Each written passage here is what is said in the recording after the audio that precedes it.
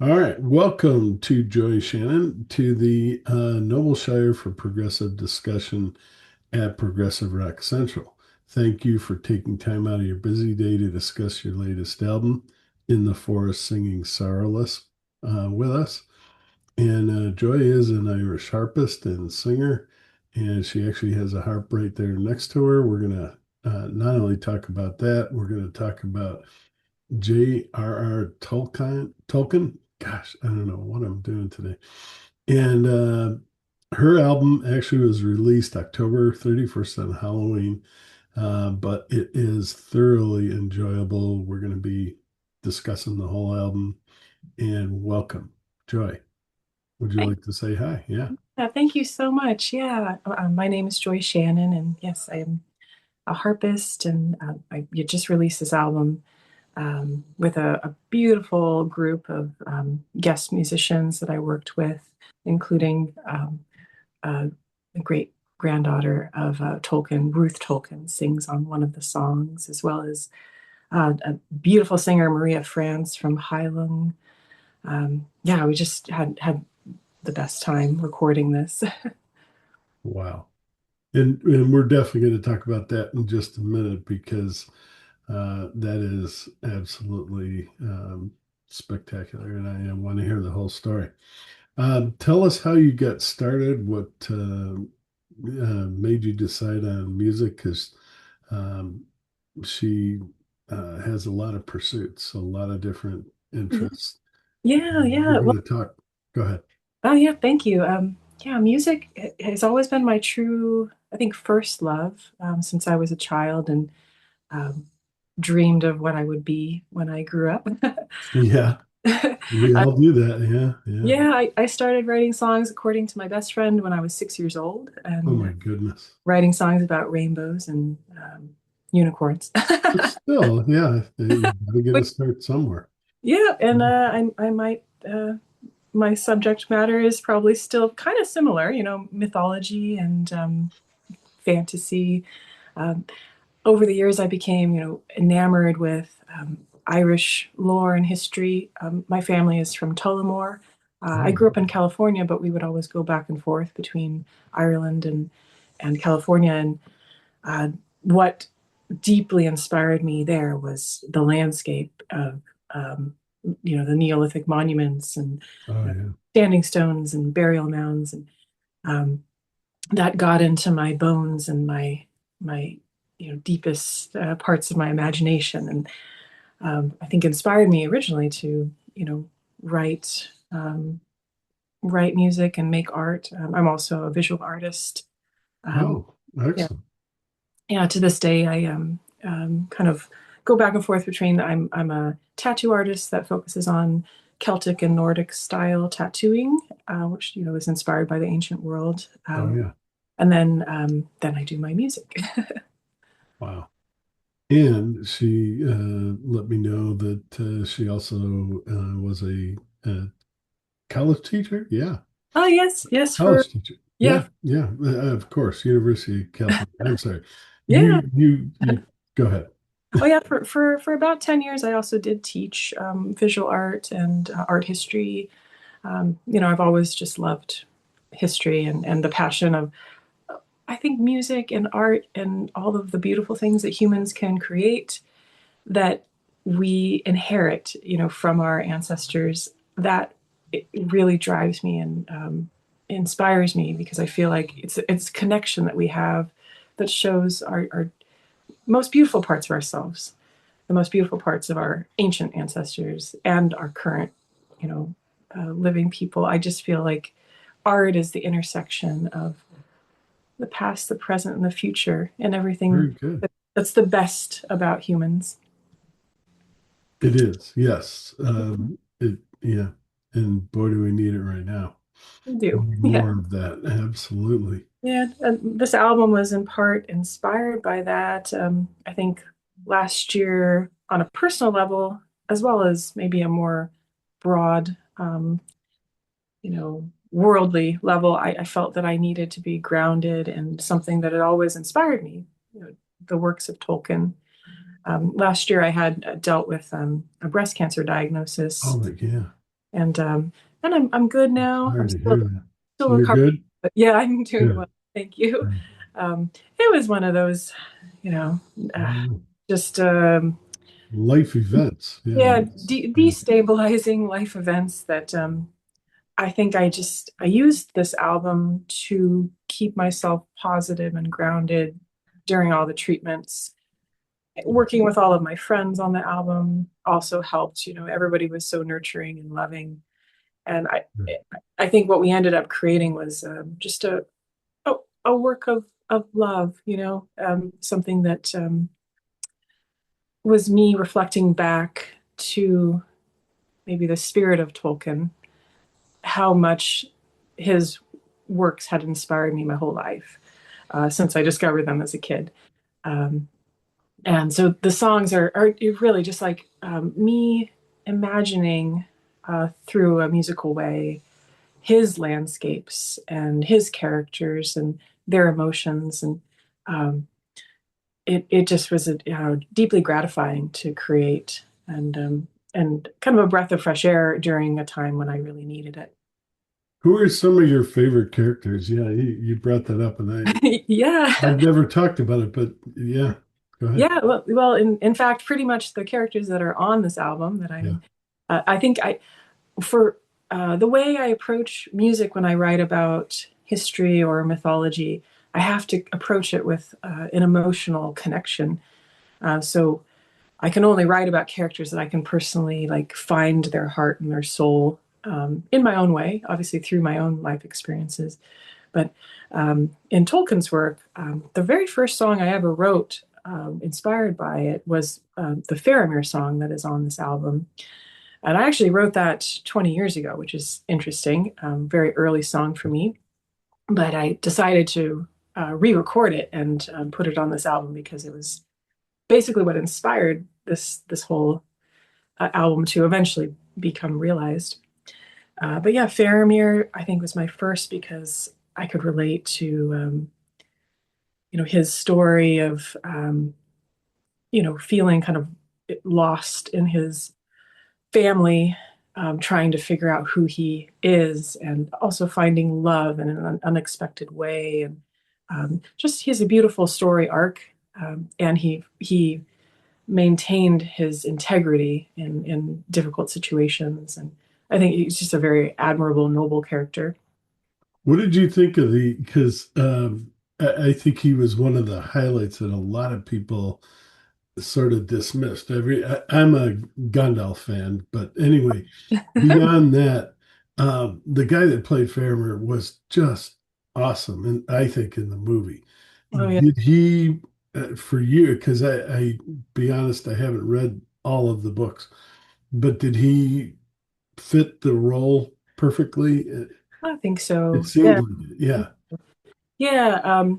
I mean, you could quibble like in even the text that I adapted for my lyrics talks about him having black hair. That's really oh, maybe the okay. only difference. But yeah, I think they captured his essence, and he had a very just interesting character and a wonderful connection to Gandalf as well because Yeah. he was called the wizard's pupil, Oh, uh, yeah. and he seemed I always viewed him as a character looking for a father figure because he had such a difficult father. Oh, So yeah. he was trying to find his way, and Gandalf was one of the many good role models I think that he could see and try to emulate in some ways. Yeah, and the guy that played his father did that perfectly. I mean, he was nasty as you could imagine his father being, and Yeah, just horrible person. I mean, if you're wanting your one of your sons to die to save the other. I mean, he it couldn't have been a worse person to. yeah, They should have never been a father, but uh, yeah. yeah, and that was. I think they did a heck of a job on that. Really, I think they really I think um, yeah, made those yeah, characters come to life for sure. yeah. And this the song that I wrote is I felt like it was almost like it's from the chapter in Return of the King, the Houses of Healing, Yeah. beautiful, you know, prose that Tolkien wrote of this connection that Faramir and Eowyn had when they were both healing in the House of Healing. Um, yeah, and I just absolutely always loved that passage. I reread it a million times when I was a teenager, and it, of course, it became a really peaceful and beautiful song. And she went through so much herself. Oh my goodness. Yeah, they almost deserved each other. Oh, And definitely, yeah, yeah. definitely. Uh, well, I gotta ask you the big question. How did you meet Ruth? Oh, Ruth Tolkien. yeah, Yeah. Ruth Tolkien. She's just one of the sweetest people in the whole world. She is friends with a number of my dear friends, also some people I've collaborated with artistically. We met through the tattooing world, the kind of Nordic, Okay. yeah, Nordic and Celtic tattooing world. It's kind of a small world of those who are really passionate about it. I work doing guest spots as a tattoo artist. I'll work primarily in California, but I also travel to like Ireland, or I travel to Sacred Knot Tattoo in Wales sometimes to Oh tattoo. wow. That's actually where I met Ruth Tolkien, though I had already met her before, just on the internet. We struck up a friendship Oh because wow. she actually liked my art and my music. So initially she did reach out, which is amazing. And I initially didn't realize she was a Tolkien. I thought it was just her screen name, and then I realized she really was a Tolkien. So it was kind of an amazing It moment. would be hard, yeah, if somebody reached out to you and you're like, really? You know, you Yeah. these days with AI and everything else that's going on out there. But yeah, oh my goodness. Brave of her to reach out, because Oh yeah. probably a lot of people wouldn't believe it, but good Oh, that good that you followed through. Yeah. oh yeah, she's just a sweet person, and yeah, I think we had a comfort level because we're friends with a few really wonderful people through mutually. Uh-huh. We Yeah. already sort of knew each other, and she's been tattooed by a lot of my personal friends and some tattoo artists that I dearly love, like Kai Uwe Faust from Heilung as well. Oh He's wow. he's a tattoo artist that is a huge influence on my Nordic style work. And I worked at his shop in Copenhagen for a bit, but he's off doing all his amazing musical adventures now. Um, but yes, that was kind of our initial connection, and yeah, we just bonded. We spent some time in Wales together, and I played these songs for her. Actually, I played Grey Havens and Faramir, and a few of my other songs that were not Tolkien related. We just did kind of a lovely musical jam session one night, actually in a Iron Age ring fort in Wales. Oh wow. It was a very special moment. Um, Yeah, that'd and be cool to see. I was very nervous because it was the first time I'm playing a Tolkien inspired song for a Tolkien. um, but she sat and just deeply listened and actually cried when I played Grey Havens. Oh wow. And it was so moving to me. Yeah. It was kind of like that very moment was the moment that I realized, okay, wow, this is like a fulfillment of a dream that I didn't even know I Definitely. had. And that was actually really the moment that inspired me to record this album because yeah, I realized talking with her, and I ended up being kind of bold and being like, well, maybe you can sing on that song because she loved it so much. And I didn't expect her to say yes, but she did. And it's kind Good. of I always say, put yourself out there, ask any people, what's the worst people could say no, but No, yeah, and then no.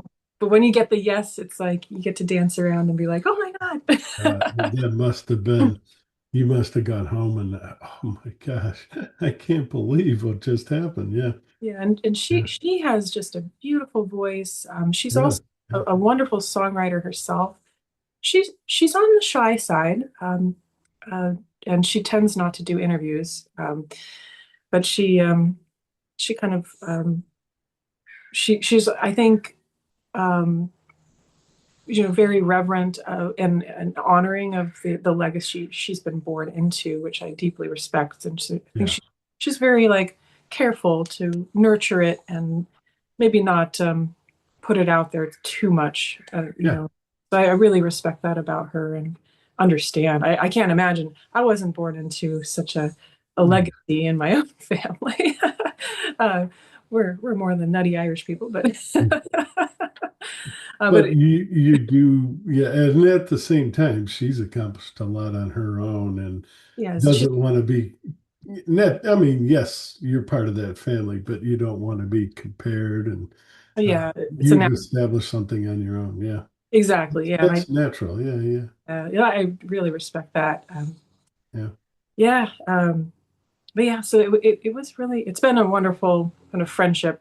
I guess the album itself, like in all the collaborators I work with, they're all my dear friends, and um, it's the music is almost just like secondary to the relationships that we have, and Friendships. like yeah, it ends up being an expression of our our care for each other and time together.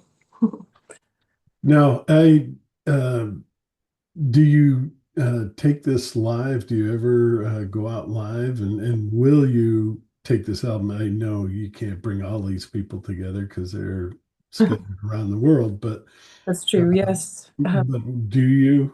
Go ahead. Yeah, much of what I do is self-funded. So I tend to I play live a lot in California, and then when I do travel, which I'm about to coming up here, I'll be traveling to Ireland, and Oh, I will be playing as I go. But I often self-fund those trips by tattooing. So that's what I'll be doing when I go out to Ireland, and then I'll play some shows out there. Um, but yeah, yeah. So I do it on a, you know, in pieces because I don't have huge representation of people that help fund a tour. I'd love to though. I'd love to have more so that I can, work with all my musicians. I have to support everybody to get them on the road. and she did say she's been to Washington State. She's probably, have you been all over the coast, up and down, or? Yeah, yeah, I've done some really lovely tours on the Pacific Northwest here. One of my favorite shows I've ever played actually was an event called Cascadian Midsummer, where they Oh, do yeah. I've beautiful. heard of it. I haven't been there, but Yeah, oh, I played there twice, and it was just really transcendent, beautiful. Like we're playing in on this beautiful land and the Cascadian rainforest, and they set the stages up just surrounded by these you know, beautiful trees and yeah, it's a really a fun event. They do like kind of folk yeah. on some stages and then metal and especially epic metal at night when you're just like in the power of the forest. It's so amazing. That sounds good. And I forgot to mention, and maybe I'm saying this wrong. Um, is it Fayad Productions and Royalty that released the album? Yeah. Yes, yes, And totally. Oh, did I say it right? yes, yes. Oh, okay. I'm sorry. Go ahead. Yeah, yeah. Yes, both of them are wonderful to me. And yeah, they've been hugely supportive. So yeah, yeah, they both have like a passion for Irish music and yeah. All right. And you also have C.E. Brown that plays cello. Yes, Sid he's Moose. Go ahead. yeah. You tell us about him. He's the cellist from a wonderful dark folk band called Ossie and the Jupiter, Oh, and one of my favorite bands in the whole world. If you haven't heard them, you must. They're beautiful. Um, they are from Ohio. what Pretty part? uh, Ossie and the Jupiter, the band from No, their no, I mean, what part of Ohio? Kent. Oh, no kidding.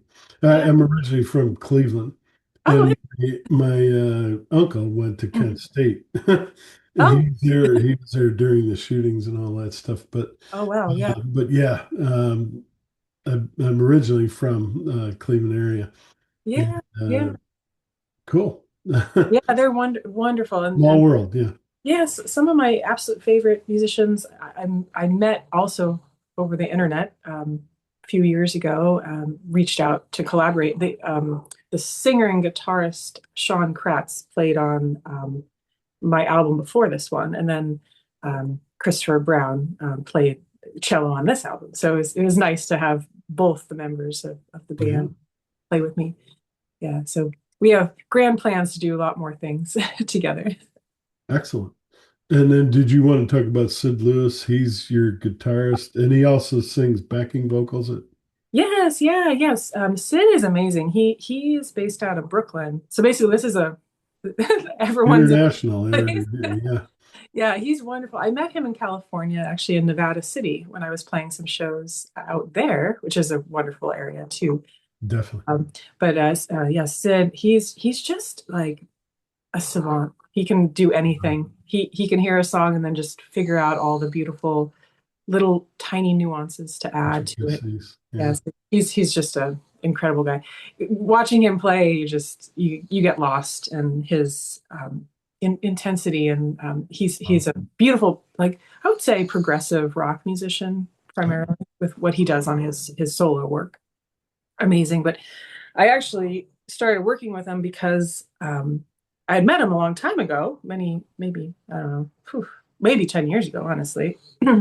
But I ran into him on the street in Dublin, and Oh, wow. just he happened to be traveling there, and I was there to see Highland play. So we ran into each other, and we're like, we got to work together. This is like serendipity. So we ended up. He's been on a few of my albums now, but yeah, so much fun. Yeah, and I also on this album have a beautiful couple like dark ambient musicians. Layla Abdul Rauf. She's a wonderful um, composer. She works with all sorts of amazing um, bands. She does like everything from metal to the dark ambient kind of soundscapes. Wow. Uh, and she's worked with me a few times. She's wonderful. It's so magical. She created all the kind of magical ambient sounds in the Baron and Luthien song on this album. Then I also worked with a Portland-based, um, also dark ambient or dark folk, kind of black metal guy named Traveler's Rest. Okay. He's wonderful too, and I've actually never met him. We just have talked also online. So, but yeah, wonderful musicians, and it's a great group on this album. Excellent. No, you really you pulled in some geniuses, and Thank it you, shows on the album. thank Um, you.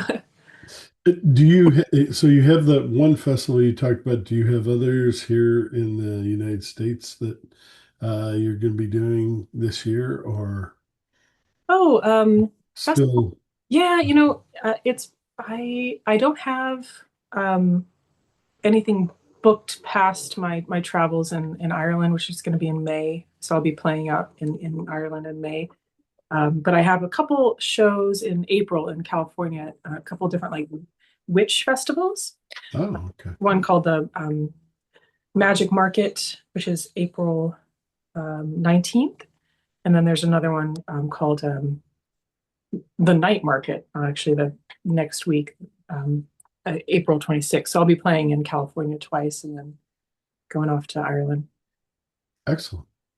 Yeah. Well, now when you're not working, and you probably work full time as well, right? You're doing the tattoo. Tattooing. Yeah, I tattoo a lot.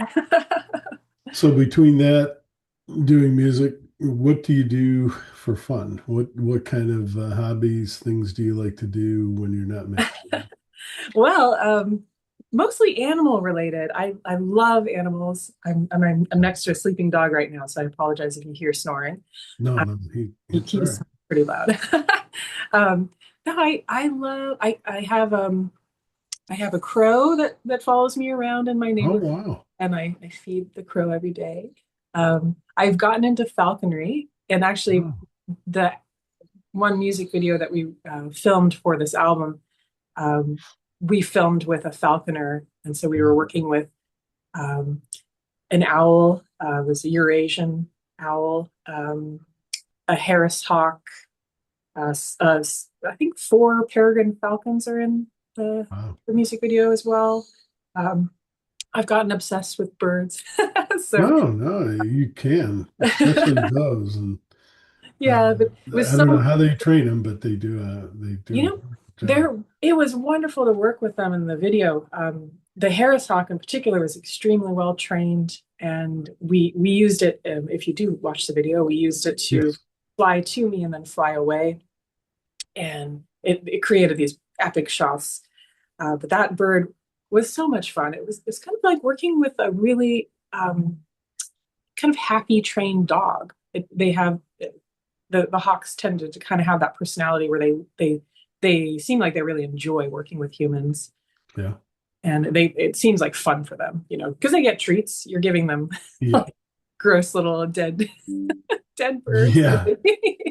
but they What love it. Or mice. what do they eat? Yeah, Yeah, it's mice and rats and yeah. other birds. Yeah, Oh, okay. when we did the shoot, we got there at 5 in the morning to get dawn shots, and the trainer was there just chopping up little birds to Oh feed. boy. That must have been, yeah, Yeah, so we're like, all right, that's the nitty gritty of working with predator animals. You got to give them some gross food. what they need. Yeah. Yeah, but yeah, that was really fun. So I don't know, I just I have a deep passion for the natural world, and that also inspires a lot of my songs too. Just Yeah. I think in my heart and soul, I probably am. I I don't always think about defining myself, but I'm an animist, and you know, if I had a religion, it would be probably Druidry. Where I really focus on my ancestors' beliefs in Ireland, and the belief that all things have spirit and soul, and connecting to that, and seeing what everything around us can teach us. And a lot of my songs come out of that, where I think about, what does the forest have to teach us? What do these hawks have to teach us? And also a reason why I connect to Tolkien, because I think he viewed the world Oh around, yeah. um, at least from how he writes about forests and ents, and just that beautiful connection. Yeah. And if you know about his history, he was in World War I. Yes. And watching that beautiful, I think he was in the Argonne Forest, which was one of the worst parts of the war Mm. in France, and watching what used to be beautiful, forests and trees and everything get devastated, and you Yeah, know I can yeah, I imagine. Yeah. mean, yeah, I know I that was, World War I in particular is one that just breaks my heart to yeah. think about. And we watched that film by Peter Jackson where he took footage from World War I. I think is They Shall Not Be Forgotten. Yeah, I think that, yeah, I don't remember the name, but I think I Yeah, did see it. I do beautiful. remember that. Yeah, beautifully made, and it Yeah, really made it so real. That everyone just became like friends you could have known. yeah. But yeah, I can't imagine, somebody you think about when you read Lord of the Rings and think about things that he would have seen with his eyes. It's hard to even imagine, but it's a really incredible because you could see like, wow. I guess I think about the people we lost, and think about what beautiful things they could have created in the world too. Oh goodness. And here he is, such a wonderful, cultured man thrown into that situation and trying to make you can't make the best of it there. You get people lying next to you, Yeah, decomposing, and yeah, it, how you see through that. And yeah, I don't know. It takes a strong person. I mean, it if did. we were, and we none of us know, until we're actually in that situation, how we would react. But Yeah. it would be absolutely brutal. And for him to come out of that and then write this beautiful poetry, Mm. that takes something beyond what most of us are used to or Yeah. capable of. And I think that is it's something that is at the heart of why I've always loved to study history because um, Tolkien's a good example, but you can even go anywhere in the ancient world. You can see the juxtaposition of some of the worst things that humans can do to each other, and then the best things. These Yeah. incredible, beautiful art and monuments and just tributes to the human Yeah. spirit. Yeah, And like you're saying, a lot of those things bring out the best in people at the same time. You see the worst, but then you see people helping each other and, yep, taking this person that just lost their leg and, true. taking care of them, bandaging them up, things like that. Yeah. That's true. Yeah, I've Whew. written a lot of songs like that on my last album. I have a song that I performed that was actually written by a wonderful songwriter. I usually do all original compositions, but I worked with this because the song was so incredible. It's on my last album, the Kaliak, on Haliak, um, in the Cannon Fire, and that's about a battle in the Boyne River Valley in Ireland, and it's like uh, two lovers like finding each other on the battlefield as the man is dying, but his love finds him and stays with him while he passes away. Mm. And I thought it was just the imagery of the song was so touching, and so human. So Yeah. those moments, I think that's what is inspiring to me is finding those moments to create songs about. Yeah. And I think your earliest work was Mo Anam Kara from 215. She released an album then, 217, 220. So she's been busy Oh yeah, and yeah. prolific. She's, Thank you. yeah. Yeah, yeah. That album was a very important album to me. Uh, it means soulmate or spiritual teacher in Irish, Ma'anam Cara. Oh, yeah. Yeah, and I wrote that um, uh, inspired by the idea of all of the ancient Celtic holidays of the year, the wheel of the year. So there's a Mhm. song for every holiday. So Oh. it essentially is kind of a calendar. But Hmm. it was a very shaping album for me because it really got me deeper and deeper into Irish history, Irish mythology, and then I just kind of ran with that even more, and kept writing about myth and goddesses and um, all the things that impassion me. Awesome. All right. Well, let's talk about this album. And it opens with Baron and Luthien. Yes. And talk, you did a little bit already, but talk a little bit about what that's kind of the title of the album comes from that. But But uh, yeah, well, yeah, one of the most beautiful pieces of English poetry, I believe, is that poem. yes. And it is about the love story between a man, Baron, and Luthien, an elf. And he comes across her in this beautiful clearing in a forest. And what I loved was Tolkien created with his language um, this like a haven from the outside world. Like their love was a haven. The forest itself was a haven. They, found each other and created this beautiful love, even when the outside world wouldn't have um, I love been, that. allowed for it since they were a man and an elf. So it is a tragic story because they both do pass away. Yeah. But I wanted to capture in the song, that blissful, you know, place that they created on their own in the forest. And I named the album, In the Forest Singing Sorrowless from that because I felt like music itself for me is a haven from the outside world when things are harsh and judgmental and dark. Yeah.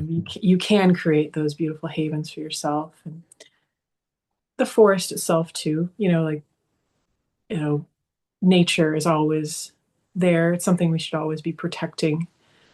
um, because it gives us so much that we aren't even always conscious of this Yeah. this this energy. And I was trying to create that in the song, that beautiful energy of life and love and beauty and truth and all of the good things.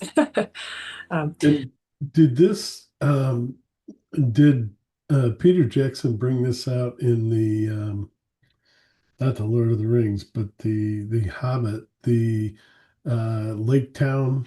Isn't that a represent? It's not the same people, but it's sort of a representation of that. And a lot of people were angry because it didn't fit perfectly. But oh, sure. Yeah. He, in Fellowship of the Ring, Aragorn sings a song oh yeah, yeah.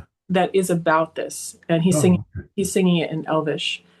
So there is a reference, and of course, it's a reference that's foreshadowing his love with Arwen. So Yeah. um, there is that reference. I think that it was beautifully done in that film.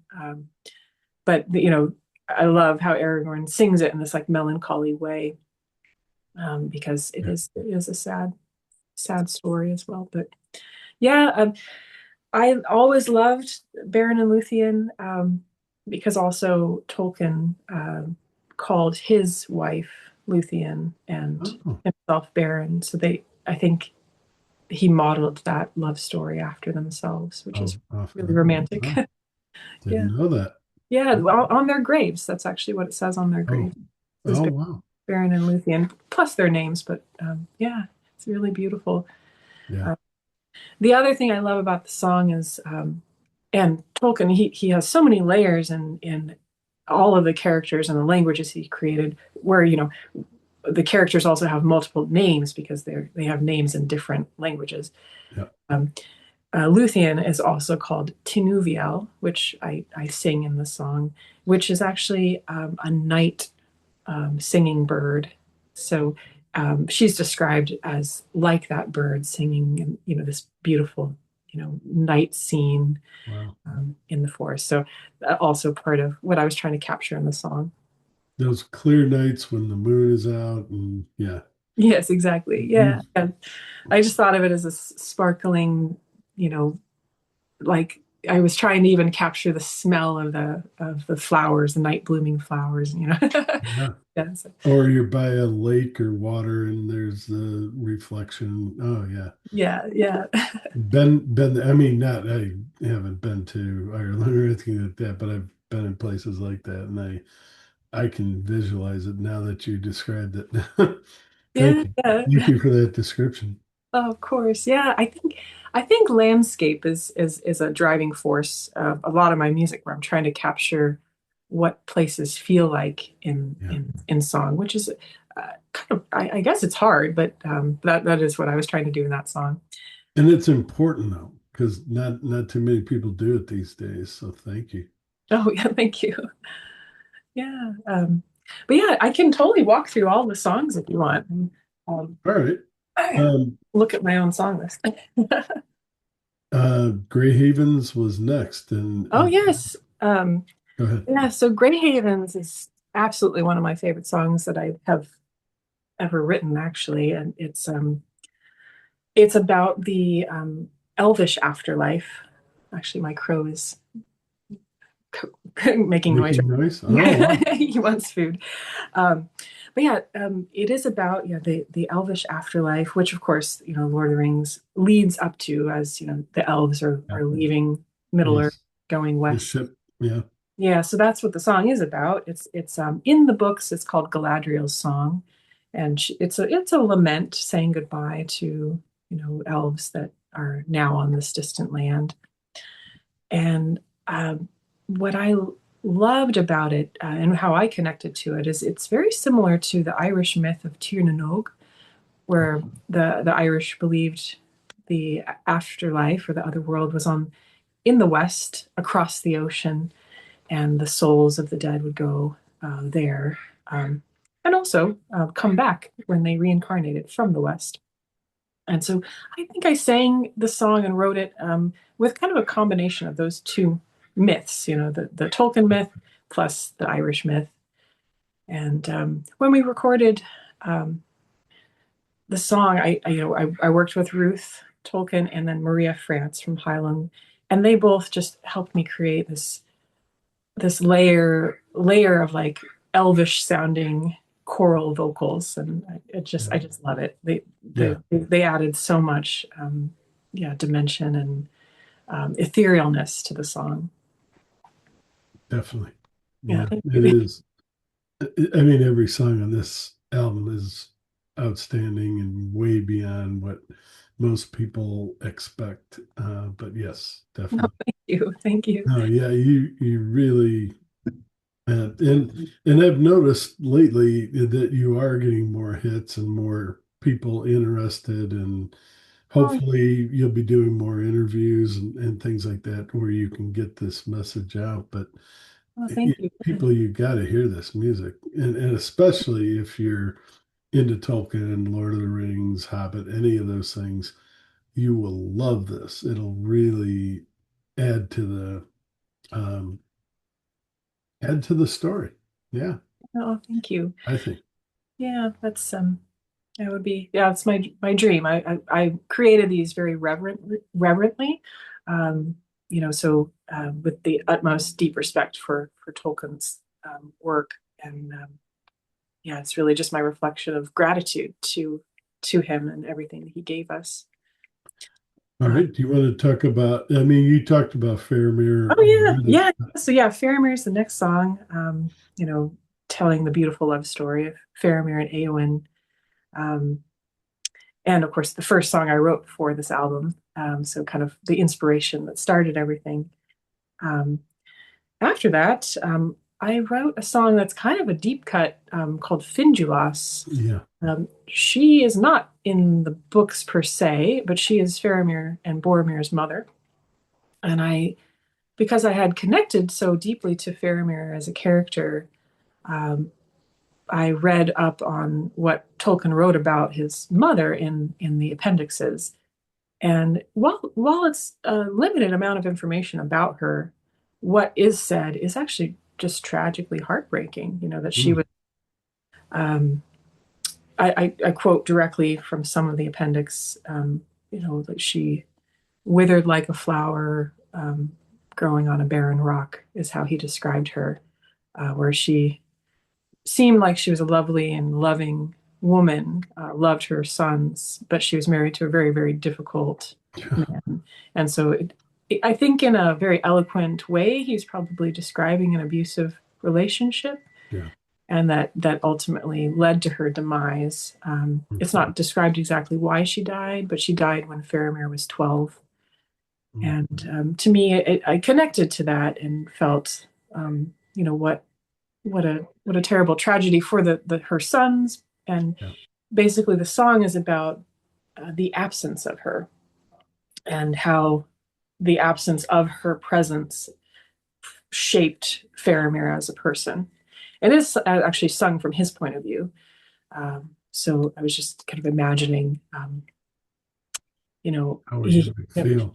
Yeah. yeah, yeah. So, lines like, it's been, half my life that you're gone, but um, that presence, it's like presence versus absence, both looming in his life. um, Yeah. yeah, and in the books, one of the most meaningful things that he does to really reflect how much he loves Eowyn is he gives his mother's cloak to her, and the Mm. cloak was described as um, being like the night sky covered in stars.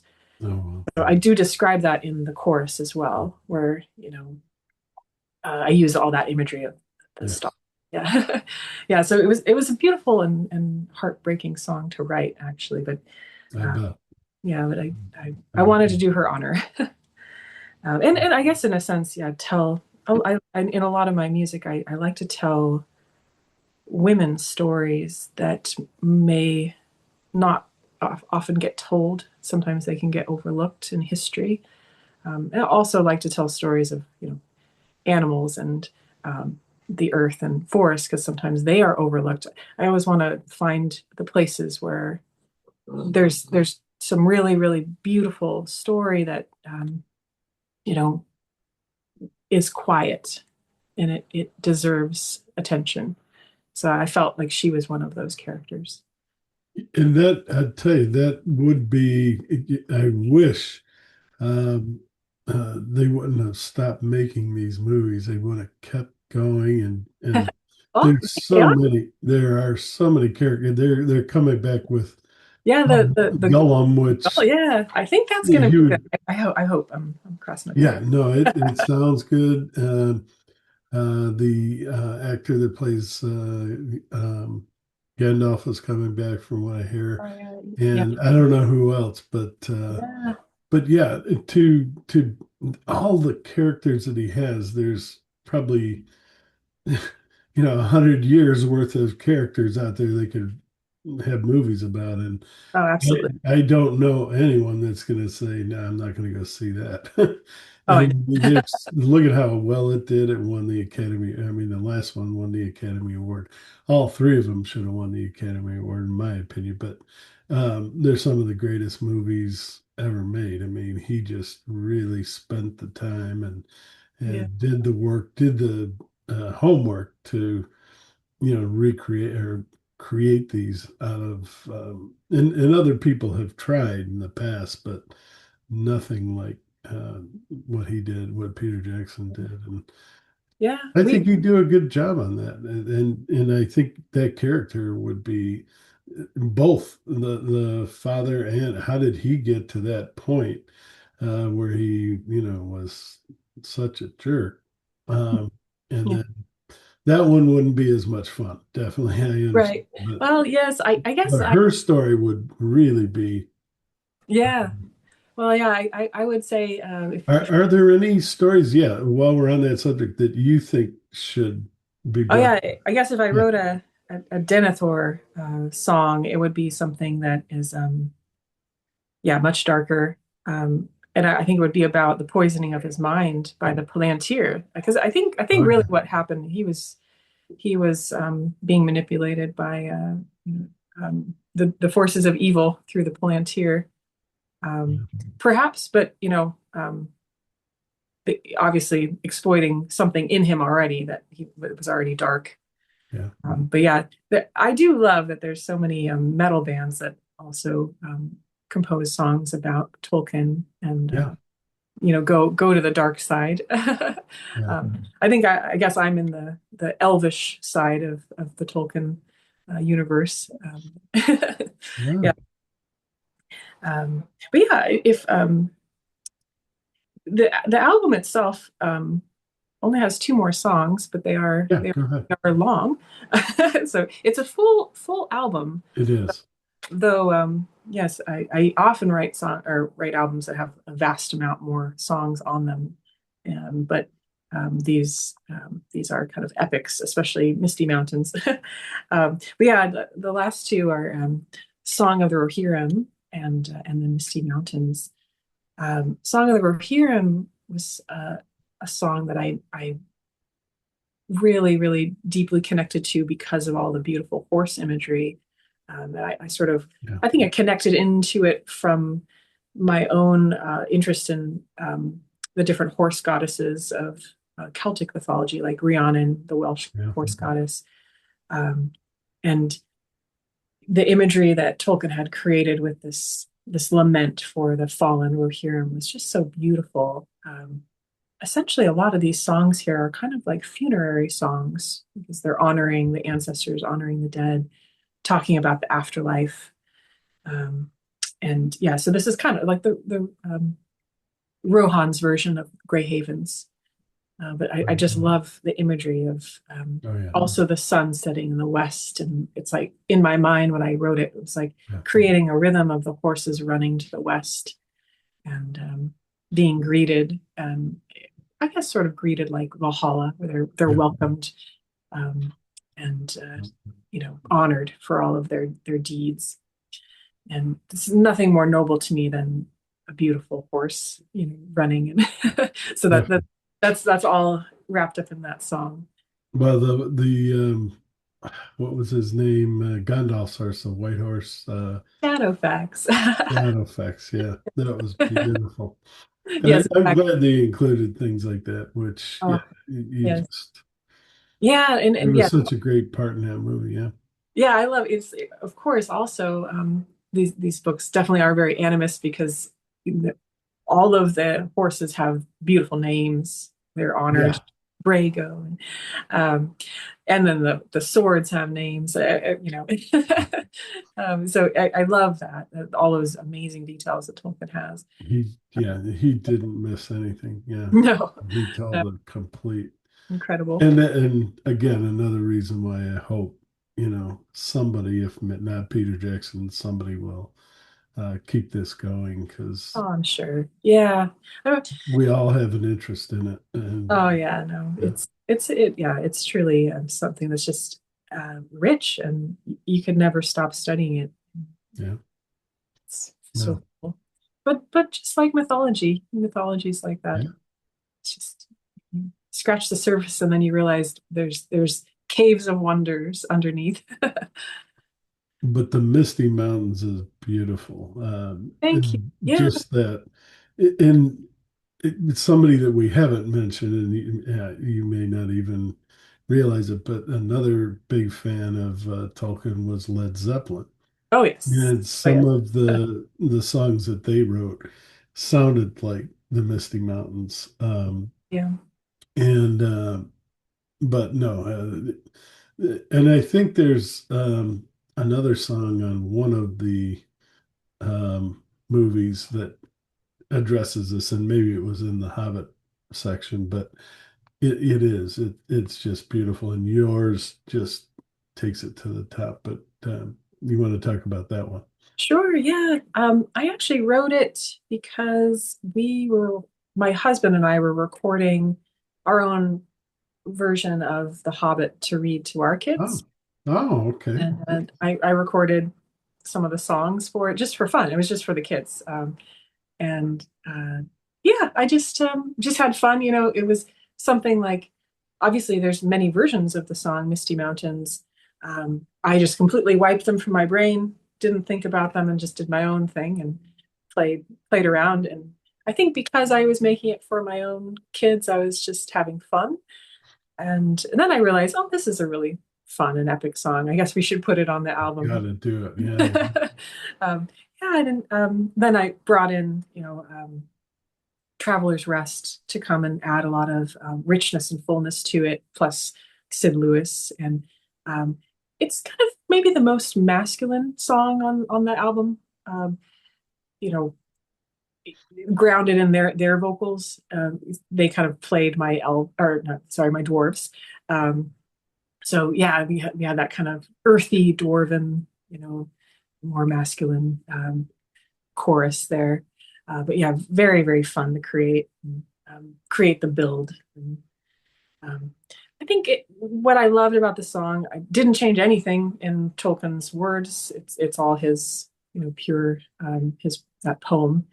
Yeah. Um, I love that it's something that really captures the kind of the epicness of bards from the past. I've always, in my studies of Druidry and Irish history, I always loved how like the Feely class, the poets, the bards, would be extremely revered.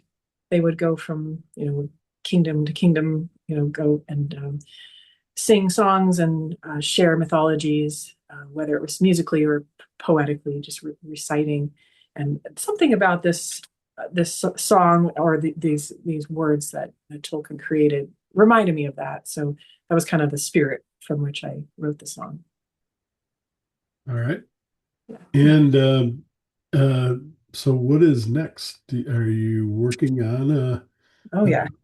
go ahead. Always more things. Yeah, I love what I do, and the second I finish something, I usually already have something already in the works that I'm working on.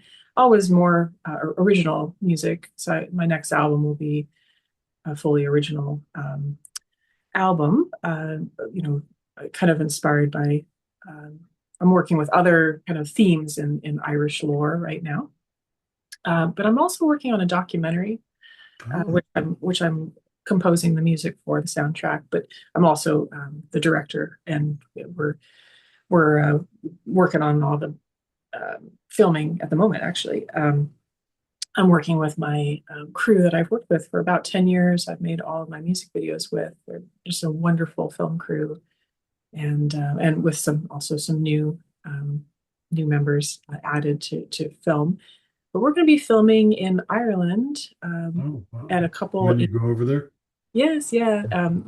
This the documentary is Hey. inspired in part by some of my family's history, but also the history of a few different sites there. Oh, It's me basically going through the landscape and discussing the meaning of certain places. The backstory is my grandmother was in one of those mother and baby homes of the 20th century. They were kind of terrible places where yeah. unwed mothers were forced to go, and they weren't allowed to keep their children. And that was my father's origin story. He was born in a mother and baby home in Castle Pollard, and she was forced to do labor there and work off her sin. It was a terrible system, which has now been shut down in Ireland, but Hopefully. we're still dealing with the repercussions of that.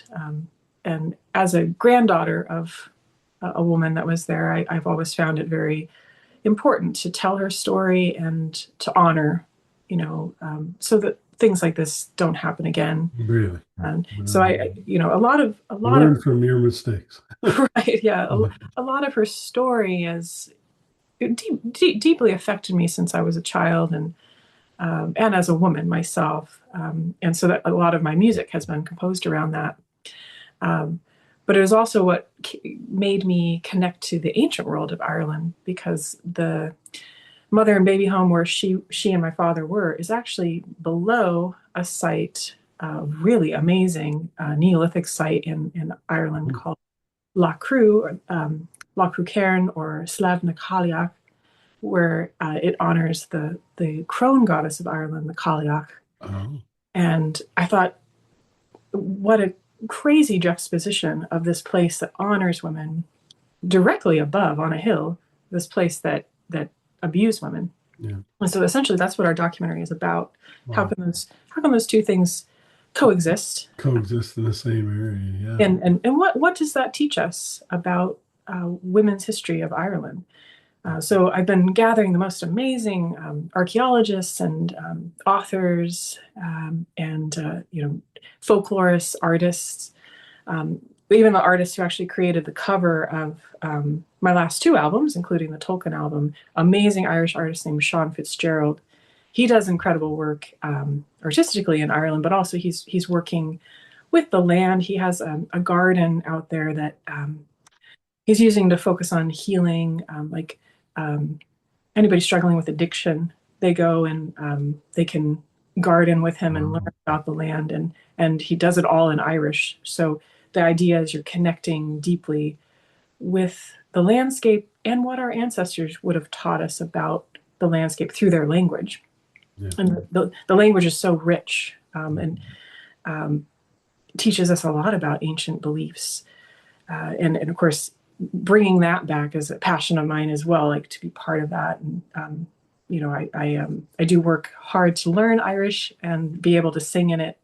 I've in my last album before the Tolkien album, I had a lot of Irish songs, and my next album will have even more. But I felt like the language itself has been something that's a great teacher for me as well.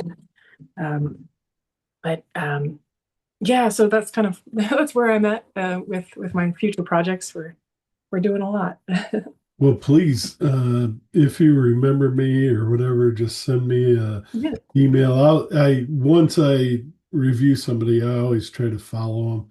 But if I see something, I'll send you a email and say, please send that to me, and at least cover Absolutely. the soundtrack. But I'd like to watch it. Really, I think that would be fantastic Yeah, when it comes out. Are you going to maybe push it to Netflix or try to have it we in theaters? yeah, yes, yeah. We're gonna like actually a lot of our music videos we've shopped around to film festivals and done quite well Okay. at festivals. we're going to do Hmm. the same thing with the documentary. Yeah, we're working with all sorts of great people. So they're a great team that I think is going to help get it out there. Once it's completed. God, yeah, I'm in. I want to see it. Oh, thank It you, thank you. sounds very, very interesting. Yeah. Yeah, it's a deeply inspiring project for me. And even though music will be it's always like my first inspiration.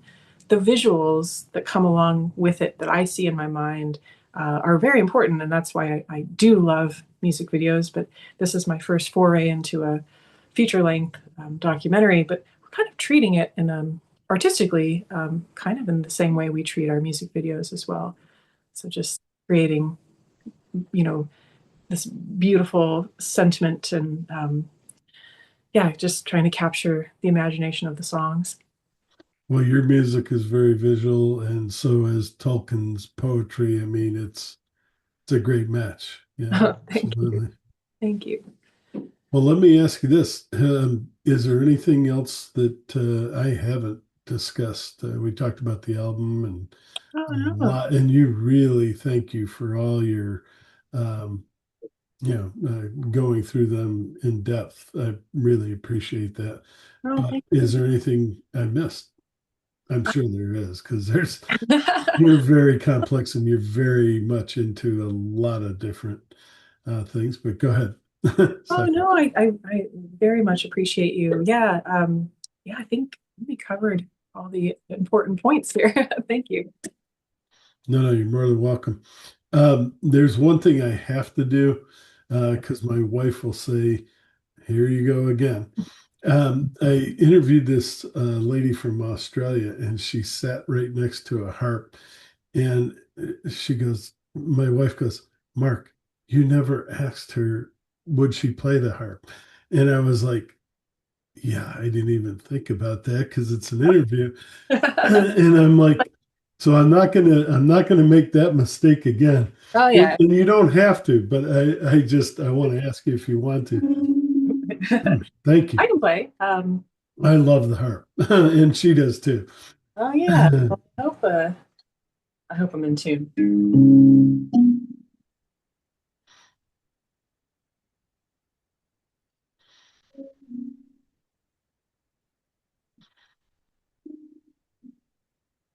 A little out of tune, but That's Yeah, if only if you feel comfortable. It's oh, you're good. Beyond the sun and moon, and on the sea, and by a strand there grew a golden tree, the golden leaf through all these years, and on the sea, now full of tears, to long night, dwelt on the other shore, fading twine with golden meadow, but one shade would I come to me, tell me across so I don't see. There's a Well, mini. thank you. Oh my God, thank you very much. Like you say, I never require it, but it's always wonderful when somebody's willing to do it. So thank you very Yeah, much. miniature version of Grey Havens, slightly. Yes, no, I recognize it. Oh my God, it was beautiful.